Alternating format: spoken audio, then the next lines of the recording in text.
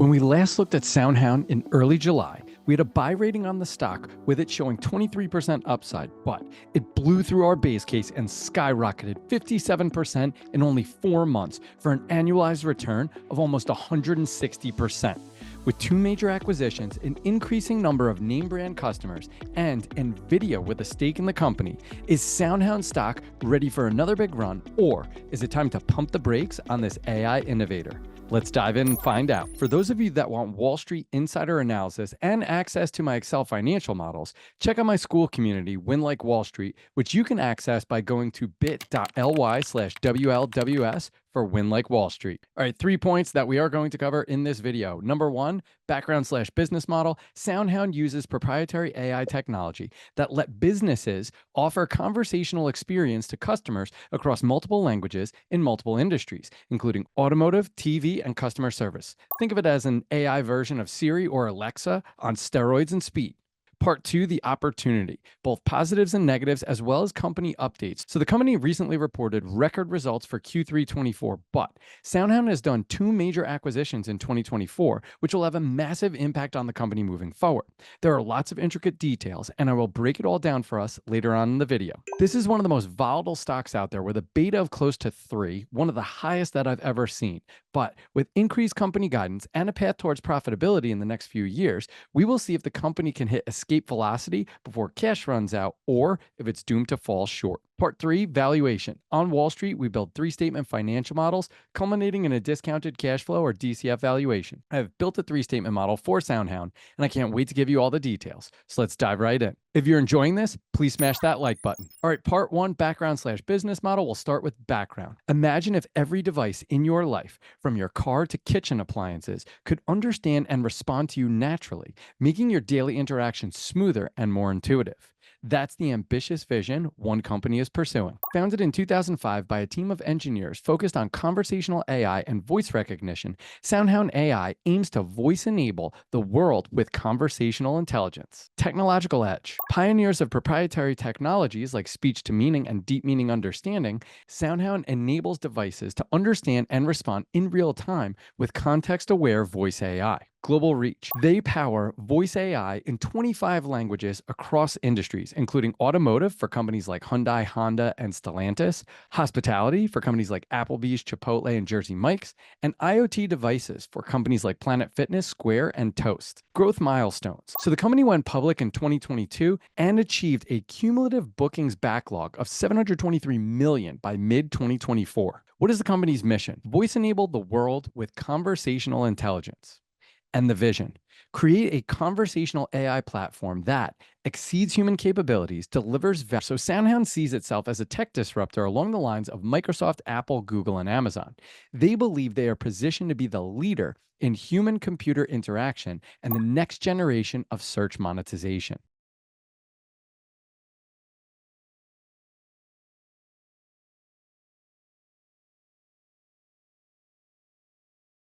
Strong patent protection. So leveraging its deep patent portfolio and robust competitive moat, SoundHound has 270 patents with 155 granted and 115 pending, ranging from important areas such as speech recognition to audio and music. Market opportunity.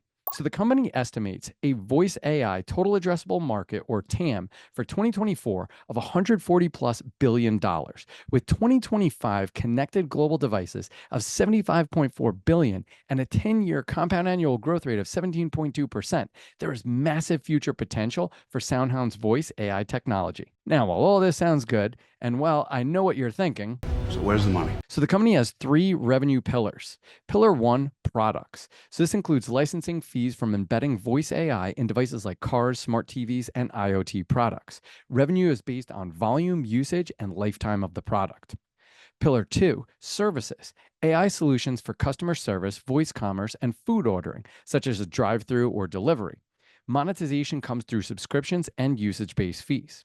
Pillar 3, ads and commerce. They monetize user interactions via voice-enabled commerce and advertising partnerships. Revenue sharing and commissions occur on transactions. Now, Recurring revenue streams. They do have a heavy reliance on annual recurring revenue, or ARR, from enterprise contracts. These enhanced monetization opportunities come through partnerships and cross-industry applications. And then the flywheel effect. So increasing adoption of products and services drives ad and commerce revenue. This feedback loop creates compounded growth across all revenue pillars. Now, if that word salad has you confused, let's go through an example. So imagine you're driving to work and realize you need to pick up lunch for a meeting. Using SoundHound AI's smart ordering system, you simply say, "Order a large pepperoni pizza from Domino's for pickup at noon." Within seconds, the AI confirms your order, schedules the pickup time, and even updates your GPS to guide you to the nearest Domino's. While you're still driving, you ask, "What's the weather like in the afternoon?" SoundHound's AI seamlessly transitions to its dynamic interaction mode, responding, "It will be sunny and 75 degrees at 2 p.m. Later, as you reach your office, you receive a text notification confirming your pizza order, completely hands-free and hassle-free. So this is a win-win-win. The restaurant gets value because they generated a new lead and booked a sale. The driver gets value because they have placed an order just by speaking into their car. And finally, the car manufacturer delivered value to the end user and generated additional revenue from the usage of their product. So some examples of companies currently utilizing SoundHound AI. Hyundai integrates SoundHound's voice AI to allow drivers to control car functions and access real-time information such as navigation updates and weather. Stellantis, the makers of Jeep, Chrysler, etc., uses SoundHound's voice intelligence for hands-free voice commands, such as checking car diagnostics or setting cabin temperatures. Hospitality and customer service. So IHOP and Denny's deploy smart answering and dynamic drive-through systems to automate food orders, reduce wait times, and enhance customer satisfaction.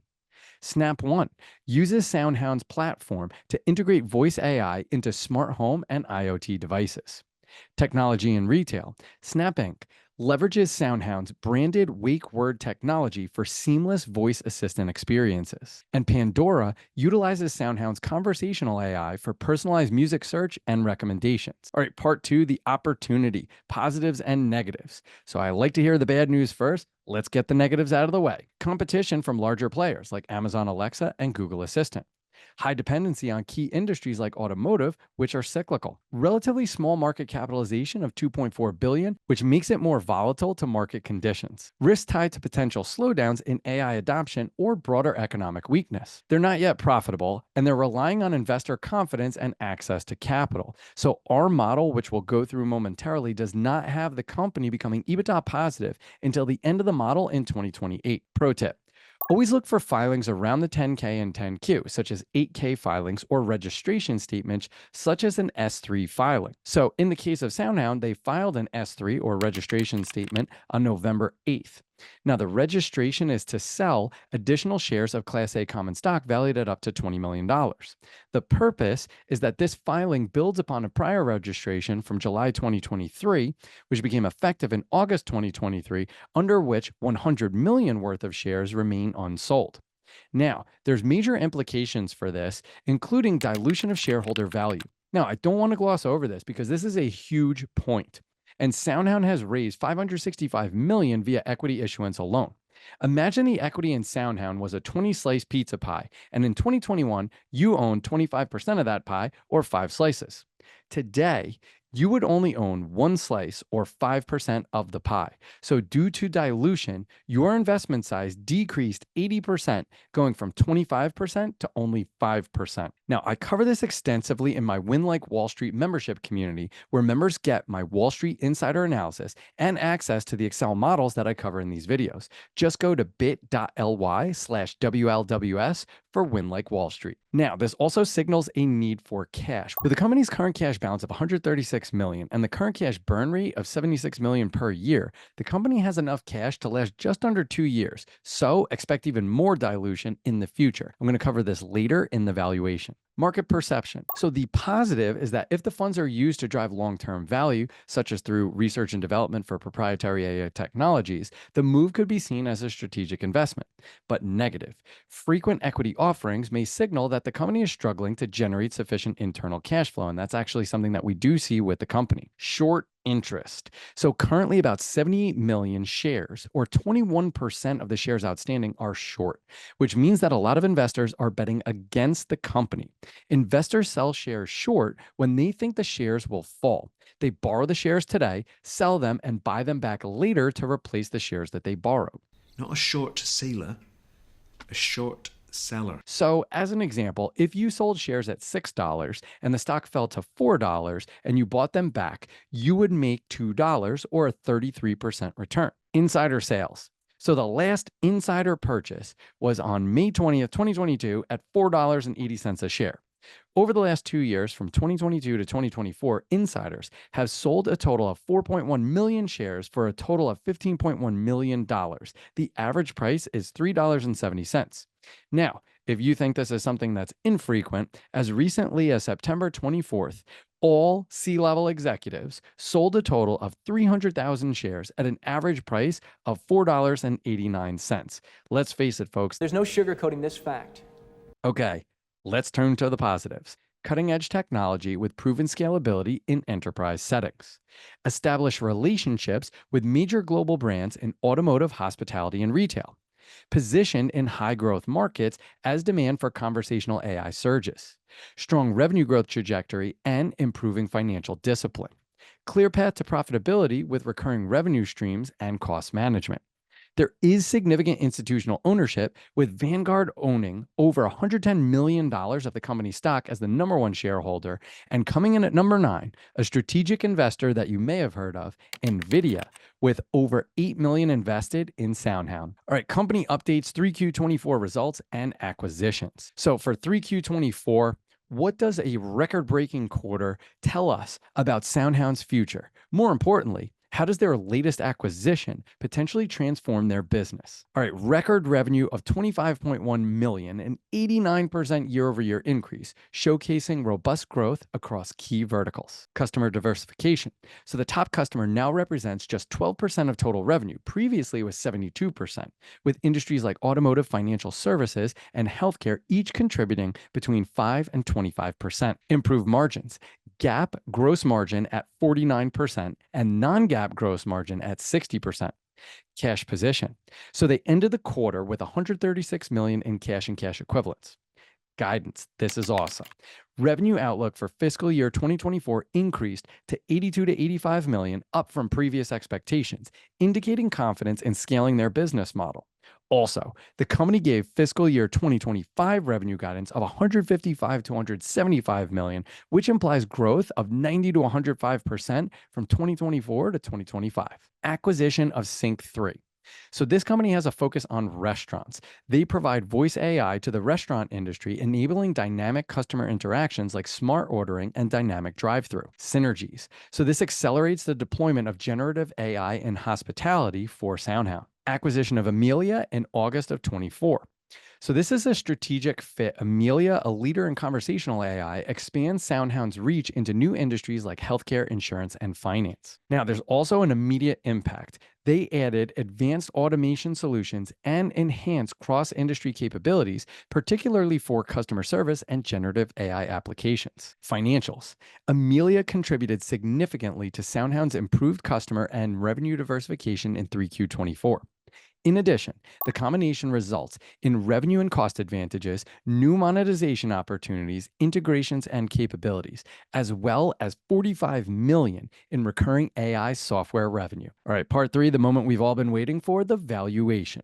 So we only have 3 years of financials, so building a projections model and DCF off of limited data is extremely challenging. If you think of a jigsaw puzzle, what do you typically do?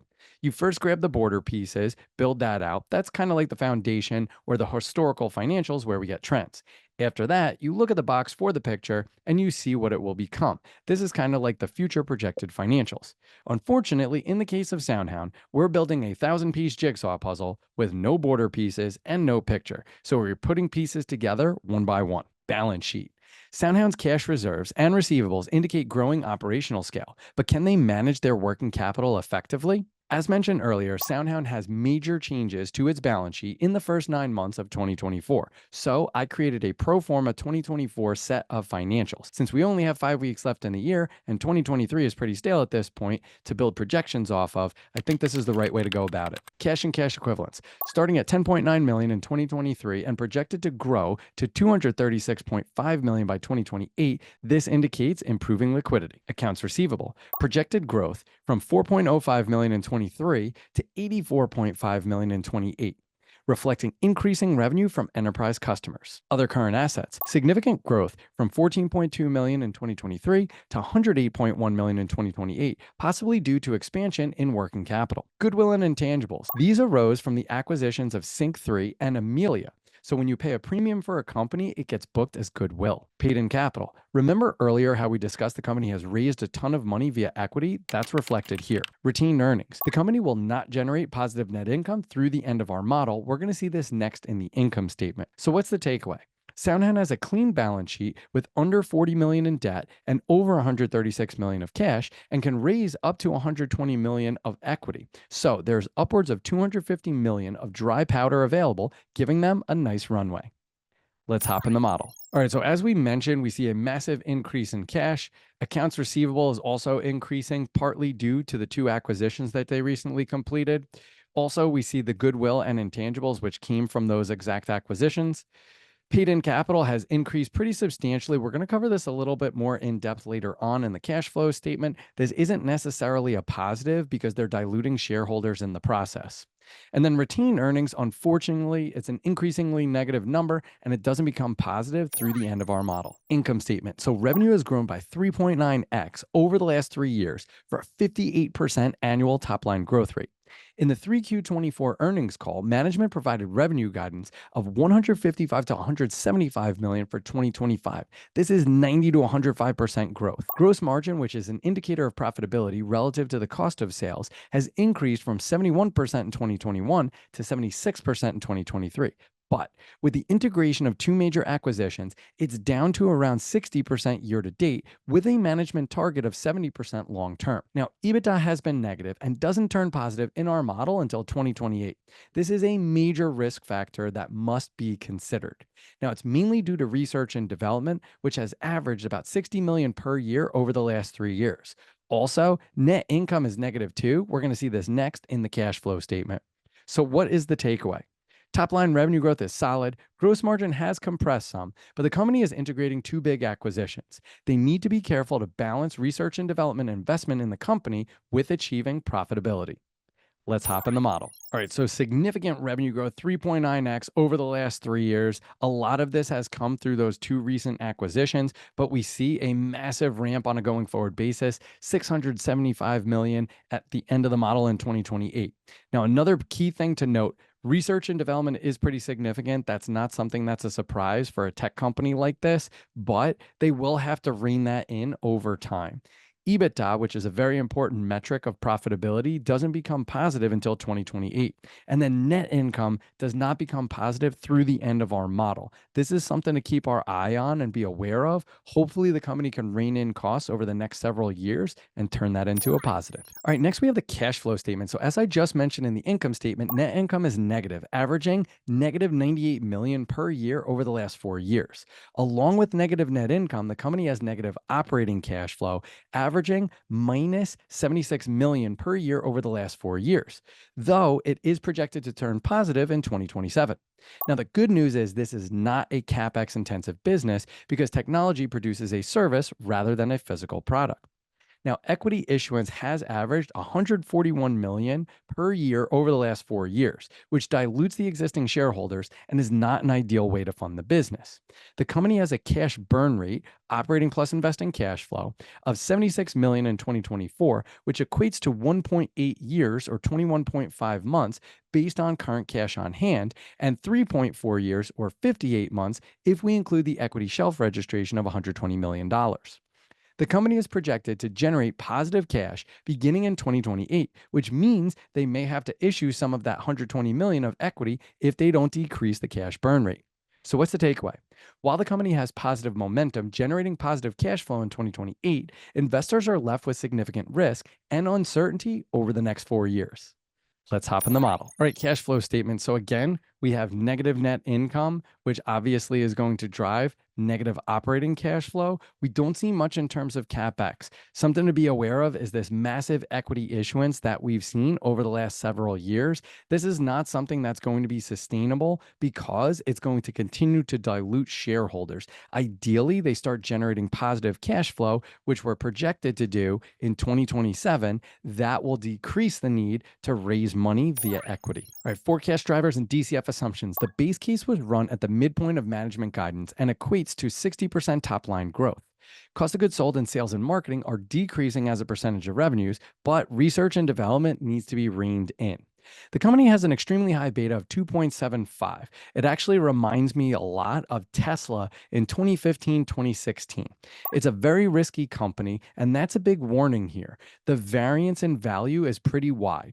We went with a terminal multiple of 8 times last 12 months revenue based on the all-time low revenue multiple that occurred in 4Q22, 1Q23. We're going to see this next in the DCF valuation. So what's the takeaway? Conservative assumptions equals conservative results. Let's hop in the model. So as we mentioned, management has given revenue guidance 82 to 85 in 2024, 155 to 175 in 2025. So we're obviously going to go with what management says. And then that equates to a 52 to 68% run rate growth. So we ended up going with the midpoint in our base case of 60%. As mentioned, the beta is very high, 2.75. They have a pre-tax cost of debt of 13.5%. It's a very large spread over the prime rate, 575 basis points over prime. Also, in addition, we see that they have almost 40 million of debt. This actually came through the 2 acquisitions that they made. But in spite of that, they have 136.4 million of cash, which is pretty good.